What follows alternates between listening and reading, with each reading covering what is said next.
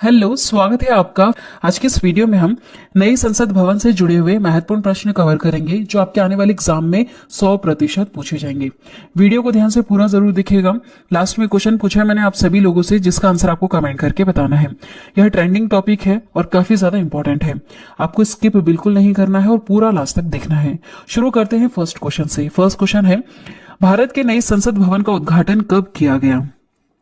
कब किया गया? देखिए डेट याद रखिएगा, 28 मई को है ना। 28 मई 2023 को नई संसद भवन का उद्घाटन किया गया है।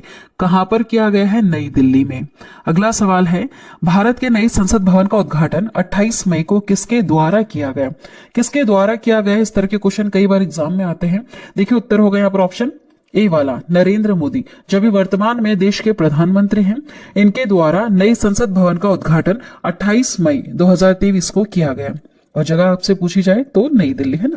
नेक्स्ट है, नई संसद भवन का वास्तुकार कौन है? यह क्वेश्चन तो एग्जाम में जरूर पूछा जाएगा। इसका उत्तर याद रखिएगा, ऑप्शन ए सही है, बिमल पटेल। बिमल पटेल नई संसद भवन का वास्तुकार है। कुछ एक्स्ट्रा पॉइंट्स भी हम यहाँ पर कवर करेंगे ताकि आने वाले एग्जाम में आपको हेल्प मिले। देखिए, नए संसद भवन का निर्माण टाटा प्रोजेक्ट ने किया, जबकि इसके डिजाइन को अहमदाबाद की company HCP design and management private limited ने अंजाम दिया है। और वास्तुकार कौन है? बिमल पटेल है। चलिए अगला देखिएगा, नए भवन को बनाने में लगभग कितने करोड़ रुपए खर्च किए गए हैं? कितनी लागत आई है? उत्तर होगा यहाँ पर ऑप्शन सी वाला, 1200 करोड़ है ना। 1200 करोड़ करीबन इतना खर्च आया है नई संसद भवन को बनाने में। और आप यहाँ पर देख रहे होंगे, ये जो पीछे की तरफ आपको गोल आकार में दिख रहा है, ये पुराना है। इसको बनाने में उस समय 1921 की बात है, उस समय 83 के आसपास, 83 लाख रुपीस के आसपास इतना खर्च आया था। लेकिन जो अभी वर्तमान में बनाया गया है नया, जिसका शेप कैसा है आप देख रहे होंगे, त्रिकोण शेप है यहाँ पर है ना। तो इसको बनाने में 1200 करोड़ रुपए का खर्च आया है। देखिए पहले की बात अलग थी, अब खर्चा ज्यादा आया है। चलिए, और काफी बड़ा भी, अंदर बैठने की व्यवस्थाएं काफी ज्यादा है, और जैसे अब जो न्यू टेक्निक होना चाहिए उसके हिसाब से बनाया गया है। देखिए, नए भवन की लोकसभा चैम्बर में कितने सदस्यों के बैठने की क्षमता है? उसमें कितने लोकसभा के मेंबर्स बैठ सकते हैं, या फिर कितने उसमें सदस्य बैठ सकते हैं लोकसभा के चैम्बर में? आपसे यह सवाल पूछा है। देखिए उत्तर होगा यहाँ पर ऑप्शन डी वाला, 888। कितने सदस्य? 888 सदस्य इसमें बैठ सकते हैं, इतनी क्षमता है इसकी।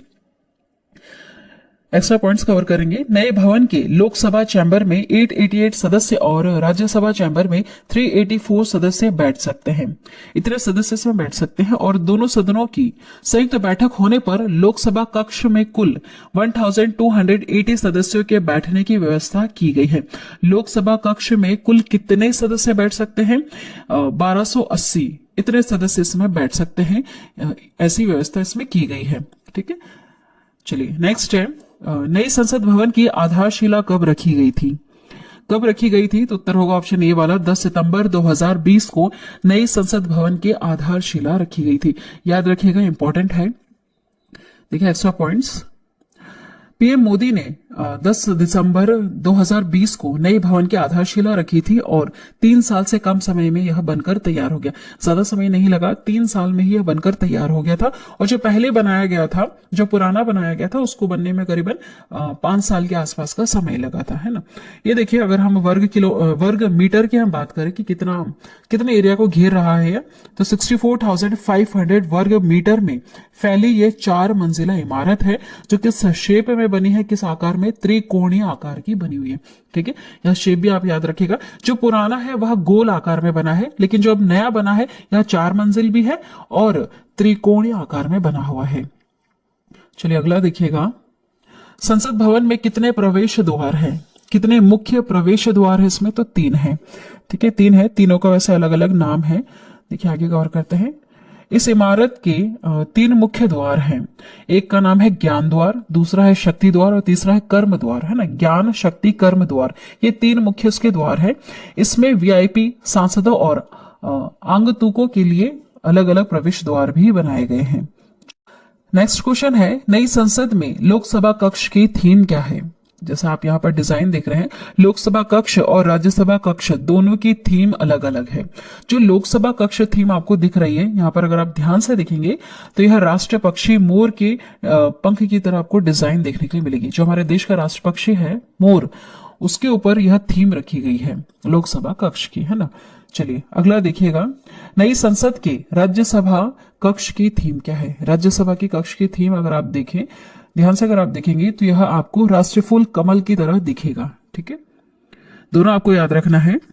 लोकसभा कक्ष की थीम क्या है, राष्ट्रीय पक्षी मोर है जो ग्रीन कलर में आपको दिख रहा है, और राज्यसभा कक्ष की थीम क्या है, राष्ट्रीय फूल कमल जैसी है, ठीक है। आपको यहाँ पर पूरा लाइट पिंक पिंक इस तरह से कलर देखने के लिए मिलेगा। चलिए नेक्स्ट है, संसद भवन के उद्घाटन के उपलक्ष्य में कितने रुपए का एक विशेष सिक्का जारी किया गया। सिक्का भी जारी किया गया है और डाक टिकट भी जारी की गई है, याद रखिएगा। तो सिक्का, कितने रुपए का सिक्का जारी किया गया है, 75 है ना, 75 रुपए का सिक्का जारी किया गया है इसमें, इस उपलक्ष्य पर। स्पेशल कॉइन है। देखिए, प्रधानमंत्री नरेंद्र मोदी ने रविवार 28 मई को नई संसद भवन का उद्घाटन किया। इस अवसर पर 75 रुपए का सिक्का और एक विशेष स्मारक का डाक टिकट भी जारी किया गया। दोनों पॉइंट आपको याद रखना है, काफी ज्यादा इंपॉर्टेंट है। नेक्स्ट क्वेश्चन है, नई संसद में ऐतिहासिक राजदंड सेंगोल को लोकसभा अध्यक्ष के आसन के समीप स्थापित किया गया। सेंगोल किसका प्रतीक होता है, यह काफी ज्यादा चर्चा का विषय है। देखिए, यह सत्ता हस्तांतरण का प्रतीक है, सत्ता हस्तांतरण का प्रतीक है। यहाँ पर कुछ एक्स्ट्रा पॉइंट्स हम कवर करेंगे। ब्रिटिश शासन से सत्ता हस्तांतरण के प्रतीक ऐतिहासिक सेंगोल को नई संसद भवन में स्थापित किया गया। देश के पहले प्रधानमंत्री जवाहरलाल नेहरू ने अंग्रेजों से सत्ता हस्तांतरण के प्रतीक के तौर पर सेंगोल को लिया था, जो लंबे समय से प्रयागराज के एक संग्रहालय में रखा हुआ था। सेंगोल एक ऐसा राजदंड है जिसे सत्ता पर अधिकार के प्रतीक के रूप में जाना जाता है। देखिए, जो देश के पहले प्रधानमंत्री हमारे पंडित जवाहरलाल नेहरू जी, जब उनको पता चला कि इस तरह की कोई प्रथा पहले के राजा महाराजा चलाया करते थे, जैसे चौल राजा थे ना, सम्राट वगैरह था, तब इस तरह की कोई प्रथा चला करती थी। एक राजा से जब सत्ता दूसरे राजा के हाथ में जाती थी तो सेंगोल को उनके हाथ में दिया जाता था। जब उनको यह प्रथा पता चली पंडित जवाहरलाल नेहरू को, तो इन्होंने तमिलनाडु से सेंगोल को मंगवाया और अंग्रेजों के हाथ में दिया ताकि वापस उनसे ले सके इस प्रतीक के रूप में, ताकि उनको यह एक तरह की वो बस प्रथा करना चाहते थे, यह प्रूफ करने के लिए कि अब ये जो सत्ता है ये अंग्रेजों के हाथ से हमारे हाथ में आ चुकी है। तब इसका प्रयोग किया गया था। उसके बाद तो इसको एक संग्रहालय में रख दिया। कौन से संग्रहालय में, प्रयागराज के संग्रहालय में रख दिया गया था। लेकिन अब जब ये नया संसद भवन बना है ना हमारा, तब यहाँ पर इसको वापस स्थापित किया गया, मतलब वापस यहाँ पर लाके रखा गया है, ठीक है, ताकि यह बताया जा सके कि अब सत्ता किनके हाथ में है। जो अभी सरकार बनी हुई हमारी, उनके हाथ में सत्ता है। बस ये चीज दिखाने के लिए अब यहाँ पर इसको रखा गया है ना। सेंगोल एक ऐसा राजदंड है जिसे सत्ता पर अधिकार के प्रतीक के रूप में जाना जाता है। ये मेन लाइन है, बस आपको यही याद रखना है। बाकी इसके पीछे की क्या स्टोरी है ये हमने कवर कर ली। चलिए नेक्स्ट है, मौजूदा संसद भवन का निर्माण कब शुरू हुआ था। कब शुरू हुआ था, तो देखिए 1921 में शुरू हुआ था। ये जो पुराना आपको दिख रहा है ना, इसका निर्माण काम 1921 में शुरू हुआ था और उसको बनने में लगभग 5 साल का समय लगा था। और रुपए की हम बात करें तो काफी कम रुपए लगे थे, 83 लाख के आसपास लगे थे। नेक्स्ट देखिएगा, कुछ एक्स्ट्रा पॉइंट्स हम यहाँ पर कवर करेंगे। मौजूदा संसद भवन का निर्माण 1921 में शुरू हुआ था और 1927 में बनकर यह तैयार हो गया था, जो लगभग 100 साल पुराना है। तो 100 साल पहले की जो टेक्नोलॉजी थी और जो अभी की जो टेक्नोलॉजीज है उसके अनुसार ये फिट नहीं बैठ रहा है, इसलिए भी नए भवन को बनाने की जरूरत पड़ी। देखिए 2026 के बाद परिसीमन की स्थिति में लोकसभा सीटों की संख्या बढ़ सकती है, क्योंकि सीटों की संख्या बढ़ाने पर लगी पाबंदी सन 2026 में समाप्त हो जाएगी। देखिए इस लाइन को समझना बहुत ज्यादा जरूरी है। अभी जो सीटें हमारे पास चल रही है, लोकसभा की जो सीटें हैं, राज्यसभा की जो सीटें हैं, ये पहले के अनुसार चल रही है। पहले की जो जनसंख्या थी उनके कैलकुलेशन के आधार पर ही चल रही है। लेकिन सन 2026 तक एक डेडलाइन दे रखी है कि उसके बाद जो पॉपुलेशन होगी, हमारे देश की जो पॉपुलेशन होगी ना, उसके अनुसार लोकसभा की सीटें और राज्यसभा की सीटें तय करेंगे। तो वहां पर सीटें बढ़ने की चांसेस है, वो तो बढ़ना ही है क्योंकि पॉपुलेशन काफी ज्यादा बढ़ चुकी है। उसके अनुसार लोकसभा की सीटें भी काफी ज्यादा बढ़ेंगी, राज्यसभा की सीटें भी बढ़ेंगी। तो जो पुराना जो बना हुआ है, जो 100 साल पुराना संसद भवन है, उसमें सीटें उतनी नहीं है, इसलिए जो अब बनाया गया है उसमें सीटें भी काफी ज्यादा बढ़ा दी गई है। ठीक है, चलिए नेक्स्ट देखिएगा, भारतीय संसद के कितने सदन हैं। भारतीय संसद जो हमारी है उसके कितने सदन हैं, 2 सदन है, एक है लोकसभा और दूसरा है राज्यसभा। इसके 2 महत्वपूर्ण सदन होते हैं, याद रखिएगा। नेक्स्ट है, संसद का लोकप्रिय सदन कौन सा है। लोकप्रिय से आप यहाँ याद रखिएगा, लोक यहाँ पर भी लिखा है और लोकसभा में भी लोक लिखा है, इस तरह से आप याद कर सकते हैं। यह क्वेश्चन कई बार एग्जाम में आया है, इसलिए आप इस तरह की ट्रिक लगा सकते हैं ना। संसद का लोकप्रिय सदन कौन सा है, लोकसभा है। नेक्स्ट है, संसद के किस सदन को प्रतिनिधि सभा भी कहा जाता है? इसके बहुत सारे नाम है। लोकसभा जो है ना, इसके बहुत सारे नाम होते हैं। सारे नाम आपको याद रखना है। लोकप्रिय सदन है, प्रतिनिधि सभा है, निम्न सदन है। चलिए आगे बढ़ते हैं। संसद का स्थायी सदन कौन सा था? स्थायी सदन कौन सा है? राज्यसभा है, जिसे भंग नहीं किया जा सकता है, विघटित नहीं किया जा सकता है, इसलिए इसे कहते हैं स्थायी सदन। राज्यसभा को क्या कहते हैं? स्थायी सदन कहते हैं, याद रखिएगा। नेक्स्ट देखिएगा, भारतीय संसद में शामिल है। भारतीय संसद में कौन कौन शामिल होते हैं? देखिए, भारतीय संसद के 3 अंग होते हैं, लोकसभा, राज्यसभा और राष्ट्रपति। 3 अंग है, लेकिन 2 सदन है। सदन कौन से हैं? लोकसभा और राज्यसभा, 2 उसके सदन होते हैं। ठीक है, चलिए नेक्स्ट है, भारतीय संविधान के किस अनुच्छेद में कहा गया है कि संघ के लिए एक संसद होगी जो राष्ट्रपति और 2 सदनों से मिलकर बनेगी?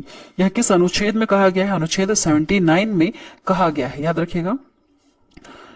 नेक्स्ट क्वेश्चन है, भारतीय संसद के कितने अंग हैं? बताइए, अभी हमने कवर किया कितने अंग हैं। इसके 3 अंग हैं। कौन कौन से? लोकसभा, राज्यसभा और देश के राष्ट्रपति। नेक्स्ट देखिएगा, संसद का निम्न और उच्च सदन कौन सा है? निम्न अभी हमने देखा, निम्न होता है लोकसभा, है ना, और उच्च सदन होता है राज्यसभा। याद रखिएगा, काफी ज्यादा इंपॉर्टेंट है। कई बार ऐसे सिंगल क्वेश्चंस भी पूछे जाते हैं कि निम्न सदन किसे कहा जाता है और उच्च सदन किसे कहा जाता है। उच्च सदन होता है राज्यसभा और निम्न होता है लोकसभा। लोकसभा के और नाम अभी हमने देखे, कौन कौन सा? प्रतिनिधि सभा भी कहा जाता है और लोकप्रिय सभा भी कहा जाता है ना, लोकप्रिय सदन भी है यह। नेक्स्ट क्वेश्चन है, संसद के 2 क्षेत्रों के बीच अधिकतम कितना अंतराल दिया जा सकता है? सही उत्तर होगा यहाँ पर ऑप्शन सी वाला, 6 महीने का। ठीक है, 6 महीने का अंतराल 2 क्षेत्रों के बीच में दिया जा सकता है। अगला है, संसद के कितने सत्र होते हैं? याद रखिएगा, संसद के बजट सत्र, मानसून सत्र, शीतकालीन सत्र, ये सभी इसके सत्र हैं। ठीक है, कितने सत्र हैं? सभी हैं इसके, बजट सत्र भी है, मानसून सत्र भी है और शीतकालीन सत्र भी है। अगला है, लोकसभा व राज्यसभा की संयुक्त बैठक कब की जाती है? जब लोकसभा एवं राज्यसभा में मतभेद हो जाता है तब दोनों की संयुक्त बैठक की जाती है।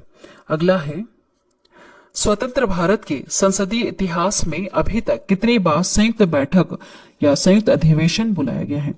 कितनी बार? तो ऐसा 3 बार ही हुआ है कि संयुक्त बैठक इनकी बुलाई जा सके। ठीक है, नेक्स्ट है, संसद के दोनों सदनों के संयुक्त अधिवेशन की अध्यक्षता कौन करता है? अगर बुलाया जाता है इस तरह से दोनों को एक साथ, तो इसकी अध्यक्षता कौन करते हैं? लोकसभा के अध्यक्ष इसकी अध्यक्षता करते हैं।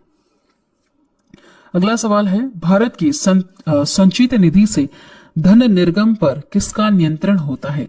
हमारी जो देश की संसद है उसका नियंत्रण होता है भारत की संचित निधि से धन निर्गम का। ठीक है, चलिए अगला सवाल देखिएगा जो आप सभी लोगों के लिए है, जिसका उत्तर अभी आपको कमेंट करना है। क्वेश्चन है, निम्नलिखित में से कौन सी एक सबसे बड़ी संसदीय समिति है? इसमें से कौन सी है आपको कमेंट करके बताना है। चलिए आज की वीडियो में इतना ही। जो नया भारतीय संसद बना है उसके बारे में हमने सारे क्वेश्चंस कवर कर लिए जो काफी ज्यादा इंपॉर्टेंट है और 100% क्वेश्चन यहाँ से पूछे जाएंगे।